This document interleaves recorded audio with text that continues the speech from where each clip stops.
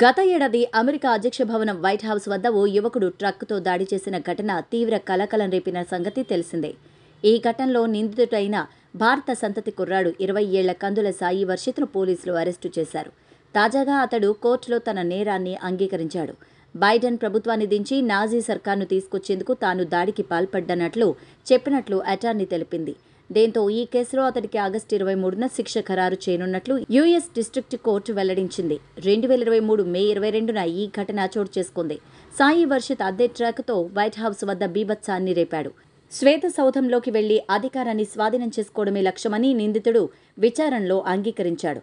ఇందుకోసం అవసరమైతే అధ్యక్షుడు జో బైడెన్ ఇతరులను కూడా చంపాలని ముందుగానే ప్లాన్ చేసుకున్నట్లు తెలిపారు.